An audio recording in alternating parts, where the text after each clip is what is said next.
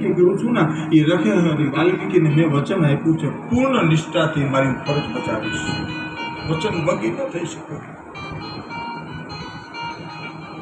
આ બંનેનો સંવાદ ચાલુ છે. વિશ્વામિત્રને હજી કઈક કસોટીમાં ઘટે છે. ગુરુ મહારાજને હજી કઈક કસોટીમાં ઘટે છે. એટલે કાશી નરેશના કુંવર 4-5 દિવસથી ક્યાંય જડતા નથી. વિશ્વામિત્ર ત્યાં ગયા અને ત્યાં જઈને કાશી નરેશને કહે છે, કાશી નગરમાં એક ચૂડેલ આવી છે, ડાકણ આવી છે.